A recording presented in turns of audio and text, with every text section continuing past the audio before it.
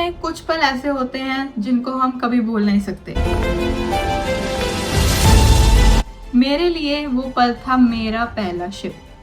लेकिन मैं सच कहूँ, उस दिन जो हुआ वो मैंने बिल्कुल सोचा नहीं था। हेलो एवरीवन, सत श्री अकाल साਰਿਆਂ ਨੂੰ।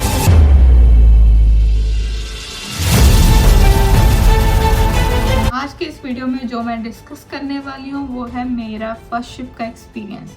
क्या क्या मैंने फेस किया वहाँ पे, कैसा माहौल होता था, कैसा मुझे लगा वहाँ पे, ठीक है, वो सब मैं इस वीडियो में अभी डिस्कस करूँगी। तो लेट्स स्टार्ट आवर वीडियो। ऐसा मैंने सोचा था बिल्कुल वैसा ही हुआ। मुझे एकदम से कंपनी की कॉल आ गई कि हरलीन तुम्हारी आज ज्वाइनिंग है, रेडी रहो, बैग वैग पैक कर लो।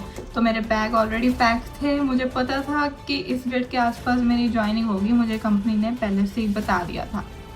तो बैग ऑलरेडी पैक थे मेरे, सब कुछ पैकिंग वगैरह हो चुकी थी, मेरा मेडिकल भी डन था। तो बस अभी मैंने अपने पेरेंट्स को सी ऑफ करना था। मेरा भाई स्कूल में था, उसको पिकअप किया पापा ने और बुलाया सी ऑफ करने के लिए। और मेरा भाई और मेरे पापा मुझे एयरपोर्ट तक छोड़ने गए थे, चंडीगढ़ एयरपोर्ट तक। और फिर वहाँ से मेरी मुंबई के लिए फ़्लाइट थी, जहाँ पे मैंने अपना ऑफिस में कॉन्ट्रैक्ट साइन किया, ब्रीफिंग की गई थी, समझाया गया था क्या प्रोसीजर होते हैं, किसको कॉल करना है, सारे प्रोसीजर्स उन्होंने समझाए थे। अगले ही दिन मेरी मुंबई से सिंगापुर की फ़्लाइट थी और मैं आपको सच बताऊं, मुझे एक्साइटमेंट कम और नर्वसनेस ज़्यादा हो रही थी बिकॉज ये मेरा पहला शिप था। मैं बिल्कुल अननोन थी कि क्या होगा शिप पे, कैसे रहूँगी, कैसा माहौल होगा। एक्साइटमेंट भी थी लेकिन नर्वसनेस थोड़ी ज़्यादा थी। ऐसे ही हम सिंगापुर पहुँचे, हमारी फ़्लाइट सिंगापुर पहुँची। वहाँ पे मुझे और भी लोग मिल गए जो मेरे साथ मेरे शिप पे ज्वाइन करने वाले थे। वहाँ पे हमने सिंगापुर जेटी पे वेट किया हमारी बोट के लिए, और वो बोट हमें हमारे शिप तक लेके जाने वाली बोट थी। तो जैसे ही वो बोट आ गई, हमने अपना सामान, सारा लगेज वगैरह उस बोट में रखा और हम अपने शिप के लिए रवाना हो गए। और मैं इतनी ज़्यादा सरप्राइज थी कि इतने बड़े बड़े शिप होते हैं कि सच में, मतलब मैंने कभी ज़िंदगी में अपने लाइफ में इतने बड़े बड़े शिप नहीं दिखे थे। और मैंने सिंगापुर में एंकरेज पे बहुत सारे शिप्स खड़े थे और उनमें से एक मेरा शिप भी था, बल्क कैरियर। मैं उसका नाम नहीं बता सकती आपको, लेकिन वो बल्क कैरियर था and that was 300 metre long. बहुत बड़ा शिप था। हमारी बोट पहले तो इतनी ज़्यादा हिल रही थी और ऊपर से हमने पायलट लैडर से शिप पे चढ़ना था। पायलट लैडर भी हिल रही थी। तो मुझे बोसन ने पूछा, बोसन भी मेरे साथ ज्वाइन करने वाले थे, कि चढ़ पाओगी, कि क्रेन तो नहीं लानी पड़ेगी उठाने के लिए। मैं क्या बोसन, नहीं ऐसा नहीं होगा कि मैं चढ़ पाऊँगी, फिर मैं आई क्यों हूँ इस फील्ड में जब मैं ऐसे काम नहीं कर सकती। तो हम पायलट लैडर से मैं सही सलामत और बाकी सब क्रू भी सही सलामत शिप पे चढ़ गए। और वहाँ पे मुझे मेरे चीफ ऑफिसर मिले। वहाँ पे मैंने सोचा था कि मुझे, अब मैं आई हूँ शिप पे, मुझे थोड़ी रेस्ट मिल जाएगी, थोड़ी 4-5 घंटे के लिए रेस्ट मिल जाएगी, लेकिन ऐसा नहीं हुआ।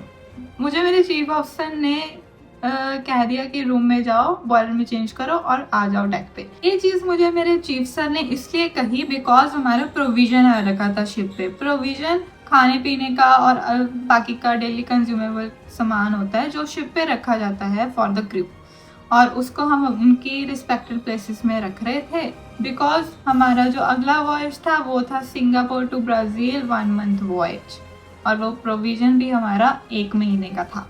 सबने प्रोविज़न वगैरह रख दिया उसकी जगह पे। उसके बाद मुझे मेरे रिलीवर कैडेट मतलब जिसकी जगह मैं आई हूँ और जिसका साइन ऑफ होने वाला है, उसने मुझे सब कुछ समझाया कि क्या क्या काम करना है मैंने शिप पे, क्या क्या फाइल्स मेंटेन करनी है, क्या क्या रिपोर्ट्स बनानी है, ब्रिज पे क्या काम होगा, सब कुछ। और मुझे उसने शिप की फैमिलियराइजेशन भी करवा दी थी।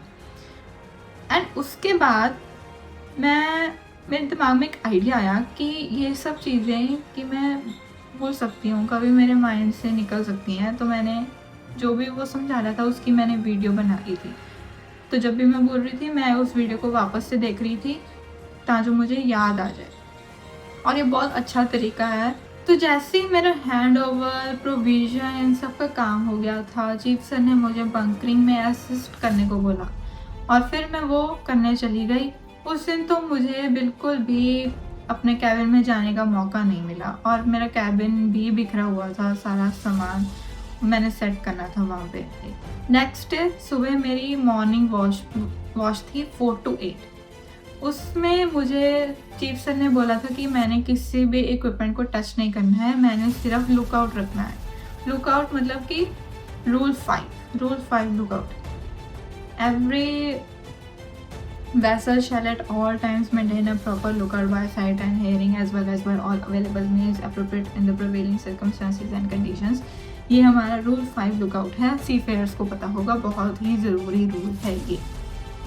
तो लुकआउट रखा मैंने, जो भी लाइट मुझे दिख रही थी वो मैं रिपोर्ट कर रही थी, जो भी वेसल दिख रहा था रिपोर्ट कर रही थी, कुछ भी मुझे दिख रहा था मैंने उसको रिपोर्ट करना था। और ये बहुत ही इम्पोर्टेंट कह सकते हैं, बहुत ही इम्पोर्टेंट रूल है नेविगेशन का।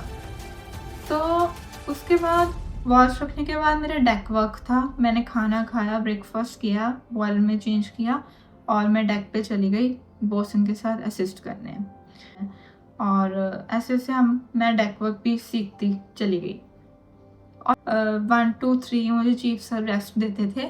फिर 3 o'clock मैं डेक पे चली जाती थी फ़ोटोज़ लेने के लिए। देन 4 to 8 मेरी फिर से इवनिंग वॉच होती थी। इवनिंग वॉच ख़त्म हुई 4 to 8, तब मुझे मौका मिल चुका था मेरा रूम सेट करने का। मैंने अपना रूम उस वक्त टिप टॉप कर दिया था पूरा। सारे कपड़े मेरी अलमीरा में मैंने रख दिए थे, बेड शीट्स बिछा दी थी, पिलो कवर्स, बुक्स वगैरह सब कुछ मैंने सेट कर दिया था। रूम मेरा चमक रहा था एकदम।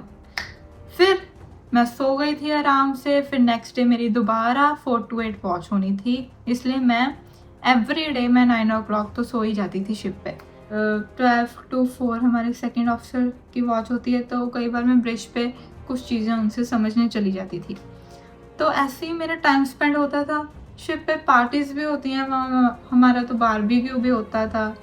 हम ग्रिल्ड चिकन खाते थे, एकदम मतलब टेस्टी। फ़िश होती थी वहाँ पे। खाना तो एकदम लाजवाब बनता है शिप पे, आप उसकी टेंशन मत लें। मुझे ऐसा लगा था कि मुझे तो घर के खाने की याद आने वाली है, लेकिन ऐसा नहीं हुआ। शिप पे खाना बहुत ही टेस्टी था। मुझे मेरे कैडेट ने बताया कि शिप पे मुझे इंटरनेट सिर्फ 5 GB मिलेगा, जहाँ पे हमें रोज़ का इंटरनेट डेली का 1.5 GB मिलता है। वहाँ पे सडनली मुझे 5 GB पर मंथ पे शिफ्ट होना था। तो बहुत कम बात होती थी घर पे, सिर्फ 3 घंटे का लिमिटेड टाइम था डेली का जो मैं घर पे बात करती थी। तो 3 घंटे तो कई बार पूरे होते भी नहीं थे, 1 घंटा ही बात कर पाती थी या फिर कई बार बात ही नहीं कर पाती थी। शिप पे मुझे अच्छा लगा, बहुत ही अच्छा टाइम मेरा स्पेंड हुआ, लेकिन कई बार मुझे घर की याद भी आती थी। तब मैं घंटों घंटों तक मेरे घर पे बात करती रहती थी, बिकॉज जब भी मेरा मन नहीं लगता था शिप पे। वीडियो को एंड करने से पहले मैं ये कहना चाहूँगी कि कॉन्फिडेंस एक्सपीरियंस से पहले नहीं आता है। It grows with every challenge you overcome. और अगर आप शिप पे ज्वाइन करने वाले हैं, आपकी पहली शिप है, डरिए मत। अपनी लर्निंग पे ये ध्यान दीजिए, सेफ्टी पे ध्यान दीजिए और enjoy the journey. Thank you so much everyone. I hope कि आपको ये मेरी वीडियो अच्छी लगी होगी। अगर आपको ये मेरी वीडियो अच्छी लगी तो लाइक कीजिए, सब्सक्राइब कीजिए, कमेंट कीजिए मेरे चैनल को और शेयर कीजिए अपने दोस्तों के साथ। Thank you so much everyone. Thank you for watching my video. Bye bye.